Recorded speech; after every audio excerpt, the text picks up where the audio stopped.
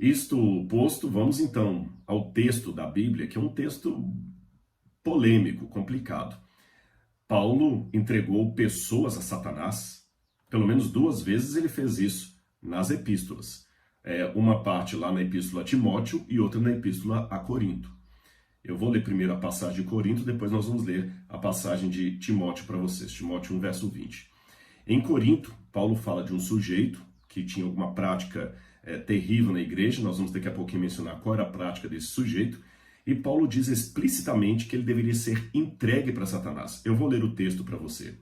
Paulo fala que essa pessoa que cometeu esse crime, esse pecado lá em Corinto, que ele deveria ser, abro aspas, entregue a Satanás para a destruição da carne, a fim de que o espírito seja salvo no dia do Senhor Jesus. Eu vou primeiro me deter a passagem de Corinto, depois nós vamos ler Timóteo. Quando a gente lê assim, grosso modo, isso na Bíblia, eu vou ler de novo para ficar bem pontual para você, que ele seja entregue a Satanás para a destruição da carne, a fim de que o espírito seja salvo no dia do Senhor Jesus. Eu tenho 3 problemas que eu posso levantar aqui quando eu leio de cara esse texto. O primeiro deles é o significado da expressão idiomática entregue a Satanás. O que Paulo quis dizer com isso? Entregar alguém ao diabo. A gente sabe que é uma expressão idiomática, mas o que significa essa expressão idiomática? Porque quando eu falo assim, olha, ele vai penar na minha mão, eu não estou dizendo literalmente que ele vai ficar sofrendo um castigo aqui. É uma expressão idiomática. Então, sabedor de que aqui tem uma possível expressão idiomática, o que ela significaria? O segundo problema que nós levantamos aqui seria que numa época de tanto se falar em politicamente correto, em inclusão, aceitação, tolerância, não podemos julgar, um líder da igreja que sobe a público e fala fulano de tal que seja entregue a Satanás, é o exemplo máximo do politicamente incorreto. Se eu dissesse na internet aqui que algum adversário eu entreguei para Satanás, já era, o tanto de dislike que eu vou ter, terrível. Mas Paulo falou isso, e como é que a gente pode adaptar essa fala para hoje? Será que nós podemos entregar pessoas para Satanás? É isso que a Bíblia está me estimulando? Eu não tenho que resgatar as pessoas? O terceiro problema que levanta aqui no texto é que ele apresenta uma dicotomia antropológica meio complicada. Porque dá a entender, quando você lê assim, grosso modo, à primeira vista, que você entrega a pessoa para Satanás, para que o corpo dela seja destruído e a alma seja salva no dia do juízo. Estranho, né? Então, quer dizer, eu vou entregar alguém para Satanás para matar o corpo para salvar a alma no dia do juízo? Que método é esse? Então, se for assim, é melhor entregar todo mundo para Satanás, que assim todo mundo vai ser salvo no dia do juízo. Que determinismo é esse aí? Eu vou entregar para Satanás para o corpo dele ser destruído, para a alma ser salva no dia do juízo. Então vamos tentar, com calma, ler o texto, o contexto, as anotações que nós temos aqui, para tentar destrinchar possíveis respostas para esses 3 problemas aí, tá bom? Primeiro vamos ver o contexto. Se você tiver uma Bíblia aí e olhar com calma, 1 Coríntios capítulo 5, versículo 1 em diante, conta qual era a gravidade do comportamento daquele sujeito. Diz assim: geralmente se ouve que há entre vós imoralidade, e imoralidade tal que nem mesmo entre os gentios, isto é, quem se atreva a possuir a mulher do seu próprio pai. Peraí, então Paulo diz que era tão grande o pecado dele que ele estava cometendo um pecado de incesto. O fato de mencionar a mulher do seu próprio pai e não a sua mãe dá a entender que ela seria talvez uma madrasta do indivíduo, não a mãe biológica dele. De qualquer maneira, tanto na cultura greco-romana como também hoje, você ter relações sexuais com a madrasta é considerado incesto. Socialmente isso é um incesto. Também alguns acreditam que o fato de Paulo criticar somente o homem e não a mulher dá a entender que ele era da igreja e a madrasta não. Alguns pensam isso. Também acredita-se que quem trouxe essa informação para Paulo foram os escravos da casa de Clô, porque Paulo menciona aqui no início da carta, capítulo 1, verso 11, pois a vosso respeito, meus irmãos, fui informado pelos da casa de Clô, que há contendas entre vós. Então, esses empregados ou pessoas da casa de Clô, ou Chloe, se alguns preferirem ler assim, foram narrar para Paulo o que estava acontecendo em Corinto. Então, à medida que ele recebeu aquelas informações, aquelas notícias, inclusive da prática do incesto aqui, Paulo escreveu sua dura carta para eles. Mas vamos continuar. Ele fala assim: contudo, andais vós ensoberbecidos, e não chegastes a lamentar para que fosse tirado do meio de vós quem tamanho ultraje praticou? Então, pior do que a prática do incesto daquele sujeito, era a prática da igreja, que não parecia ficar nem ultrajada, nem lamentar, nem tirar o sujeito da comunhão da igreja, discipliná-lo, cortá-lo mesmo da membresia da igreja. Eu, na verdade, ainda que ausente em pessoa, mas presente em espírito, já sentenciei, como se estivesse presente, que o autor de tal infâmia seja, em nome do Senhor Jesus, reunidos vós e o meu espírito, com o poder de Jesus, nosso Senhor, entregue a Satanás. Bom, os comentaristas, de modo geral, não acreditam que aqui seja uma situação literal de entregar alguém ao diabo, mas sim de exclusão da comunhão da igreja. Paulo usará essa expressão duas vezes, aqui em Corinto e em 1 Timóteo 1, verso 20. Ou seja, excluir alguém da igreja é usado como expressão idiomática, entregue a Satanás. E por que isso? Paulo fazia parte de uma mentalidade teológica que aceitava a existência apenas de dois realms, como diz em inglês, dois ambientes, dois reinos. O reino de Deus e o reino do diabo. O reino das trevas e o reino da luz. Ponto. Dois reinos. Nada mais do que isso. Então, se você não está sob a guarda do reino de Deus, você está sob a guarda do reino do diabo. Se você não está na luz, você está nas trevas.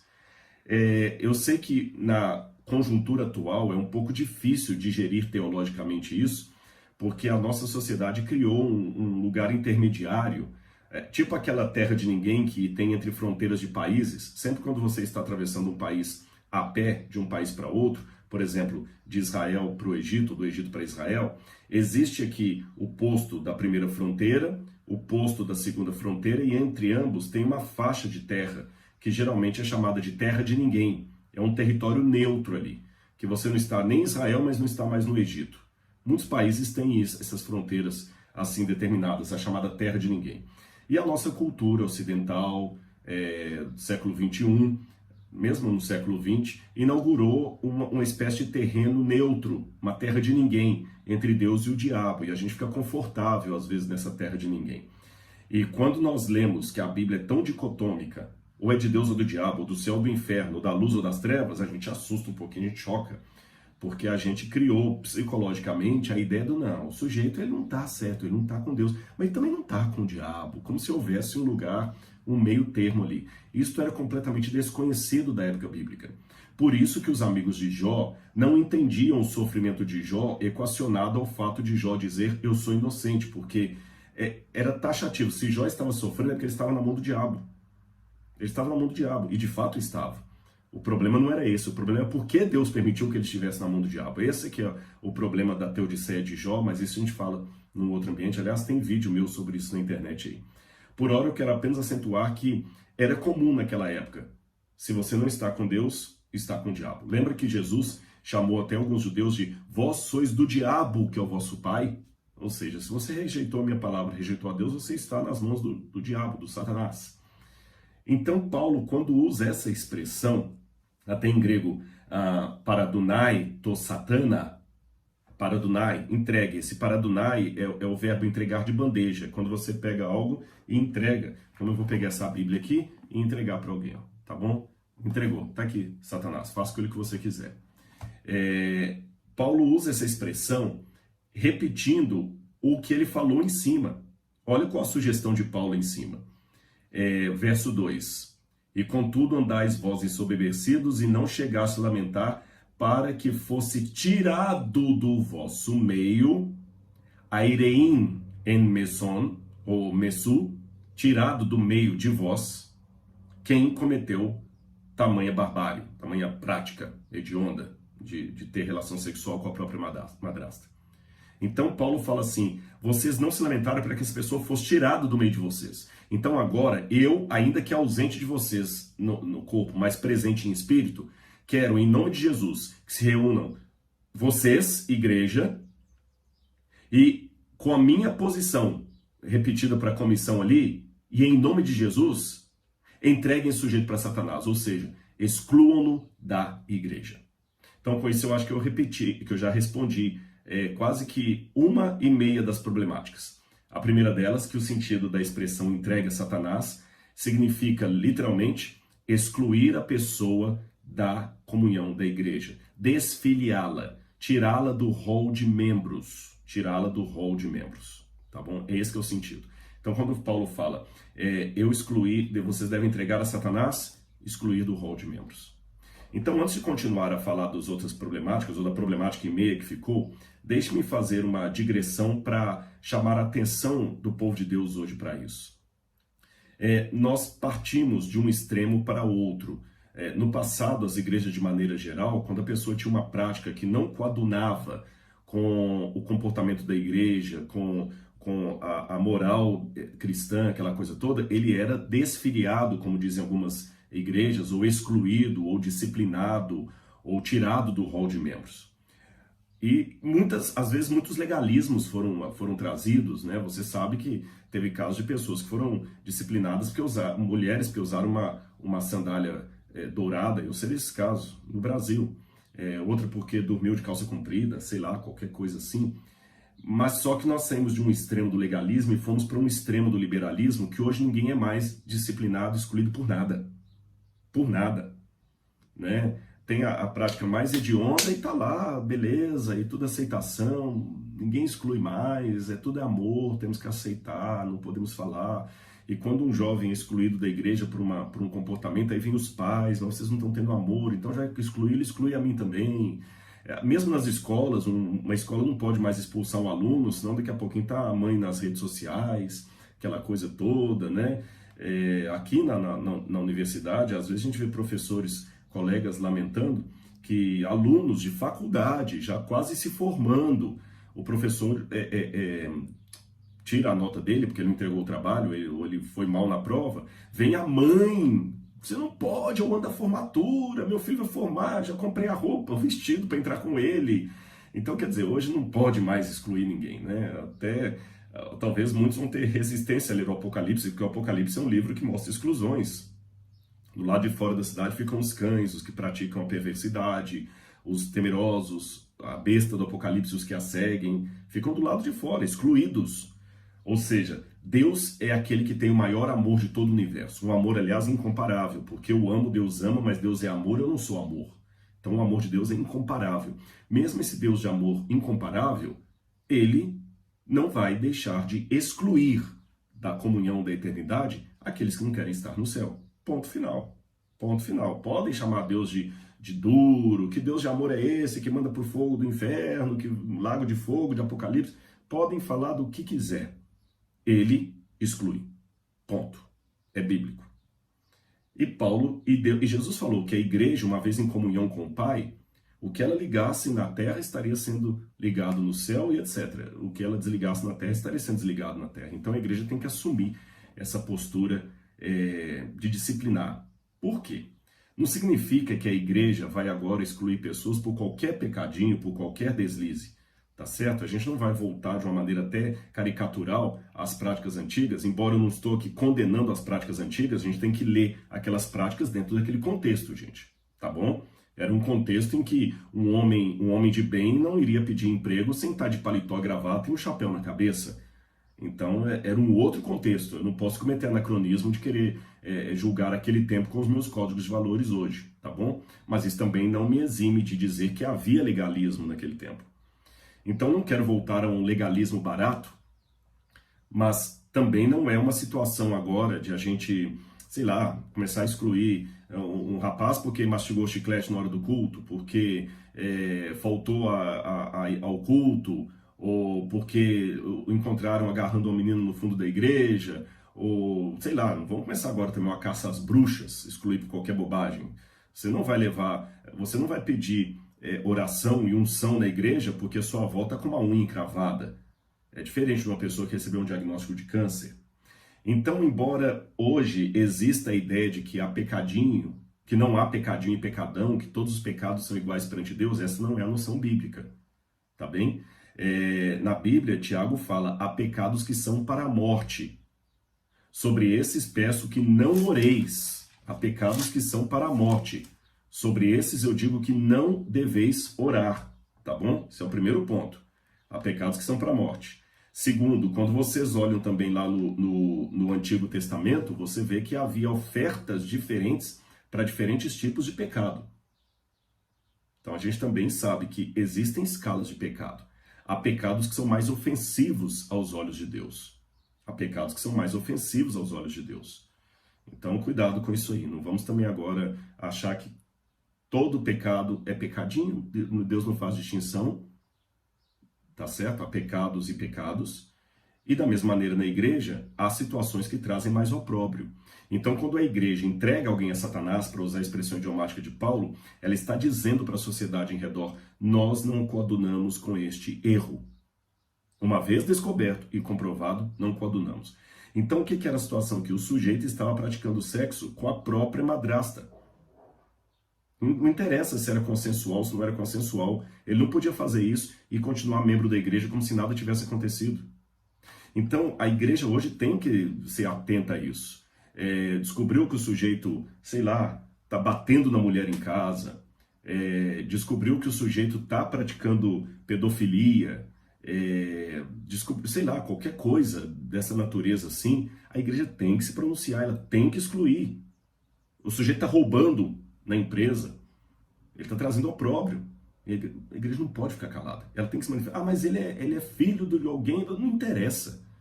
Ah, mas a família é importante, não interessa. Mesmo jovens, mesmo entre os jovens, esse medo de perder a juventude faz com que a gente fique muito babá de menino muito mimado, menina muito mimada, tá certo?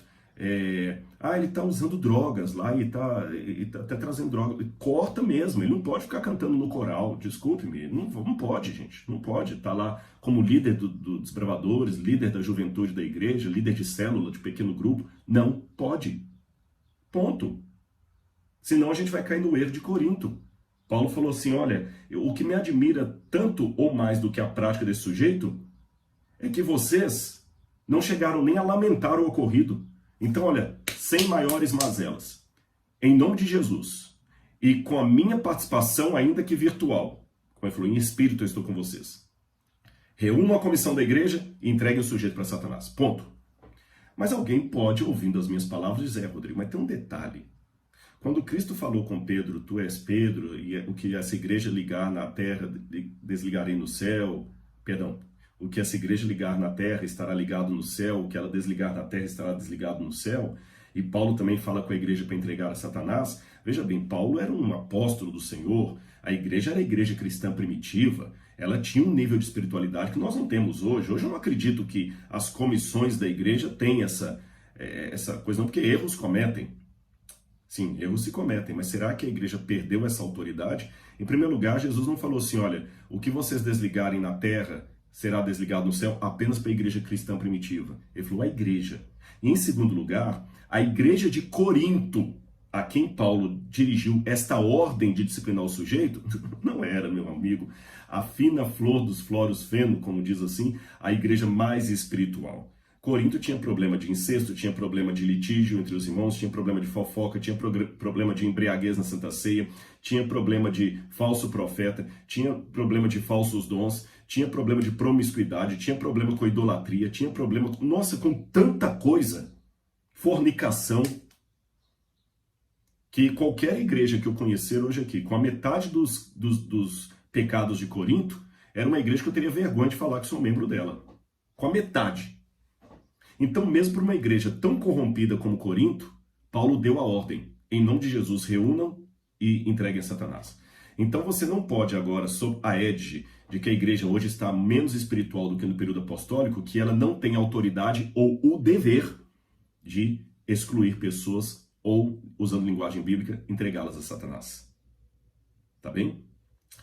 Agora, alguém pode, feliz da vida, falar: Rodrigo, gostei do seu discurso, hoje eu gostei. Porque é justamente isso que nós estamos falando, a igreja está muito calada com algumas coisas que estão acontecendo, a gente tem que falar mesmo, tem que pôr a boca no trombone e tal, papapá. Mas vamos ler a Bíblia no todo aqui também, meus irmãos. Não vamos ficar apenas com uma parte da verdade, não. Seguir a verdade pela metade é tão herético quanto não segui-la de maneira nenhuma. Tá certo? Lembre, o avião precisa de 2 asas para voar. Qual das 2 você vai cortar, qual vai preservar? Não existe isso. As 2 asas são importantes. Então vamos olhar claramente qual é um outro motivo para entregar pessoas a Satanás. 1 Timóteo capítulo 1, versículo 20. 1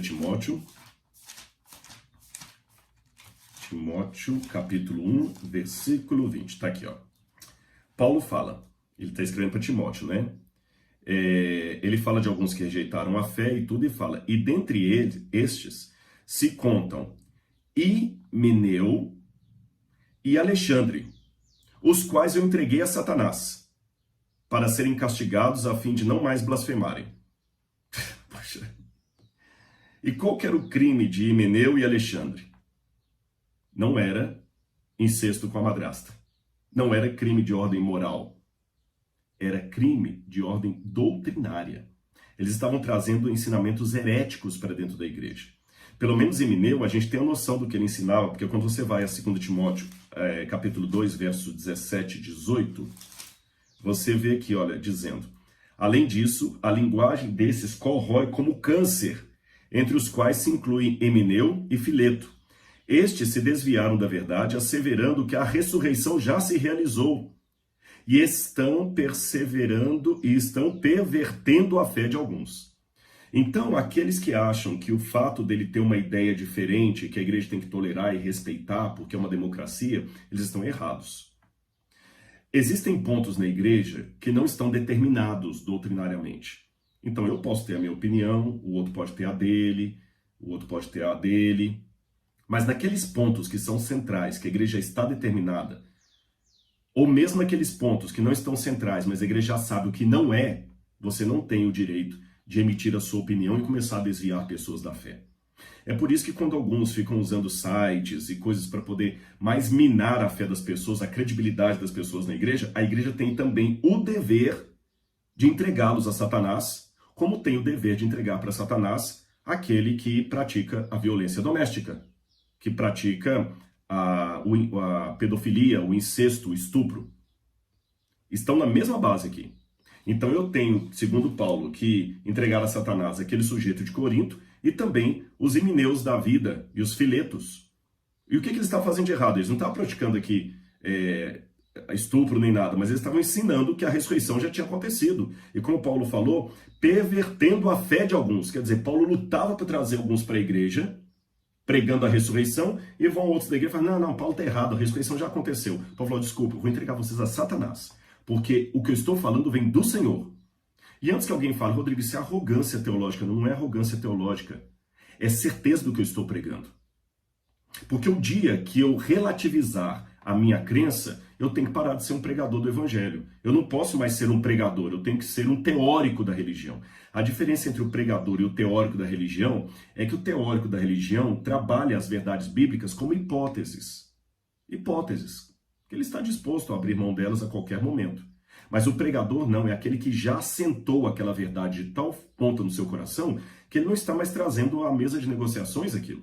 Tem muitas coisas, meus irmãos, que eu ainda não sei, que eu quero aprender, que eu não entendo. Há muitas ideias que eu mudo ao longo da minha vida, mas existem alguns elementos que não estão mais à mesa de discussão. Eu não estou mais colocando à mesa de discussão se Jesus é o Senhor ou não é o Senhor. Se Ele é o Salvador da minha vida ou não é o Salvador da minha vida. Se Ele vai voltar ou não vai. Eu tive uma interrupção aqui porque o despertador tocou na hora ali e travou o vídeo. Eu espero que na emenda aqui dê sentido para você. Então, como eu estava falando antes da interrupção, não está na mesa de discussão para mim algumas verdades do Evangelho que eu acato como prioritárias na minha vida, tá certo? Então, quando alguém apresenta uma verdade diferente daquela que eu estou pregando e está minando a fé de outros na igreja, eu tenho o dever paulino de dizer: desculpa, você está indo longe demais. Você tem que ser disciplinado. Nós não sabemos bem qual era o problema do Alexandre aqui. Alguns pensam que esse Alexandre seria o mesmo Alexandre o latoeiro que Paulo falou que causou grandes problemas para ele. Pode ser. Também tem um outro Alexandre mencionado lá em Éfeso, que quando Paulo estava naquela balbúrdia ali, que o pessoal queria bater em Paulo, ele era judeu, empurraram para frente, e como eram as pessoas que faziam estátuas ali de Diana, havia um Alexandre também envolvido ali. Alguns pensam que esse Alexandre pode ser o Alexandre Latoeiro, que trabalhava com metais, o mesmo que trouxe problema para Paulo, o mesmo mencionado aqui como entregue a Satanás. Eu não sei, não podemos dizer isso. Mas o fato é que crimes de ordem moral ou humana são tão passíveis de disciplina na igreja quanto os crimes de ordem doutrinária. Esse é o ponto. Agora, não é um castigo por amor ao castigo. Quando Paulo fala aqui, em 1 Timóteo 1, verso 20, e dentre esses contam Emineu e Alexandre, os quais entreguei a Satanás para serem castigados a fim de não mais blasfemarem, essa tradução castigados aqui não está muito bem.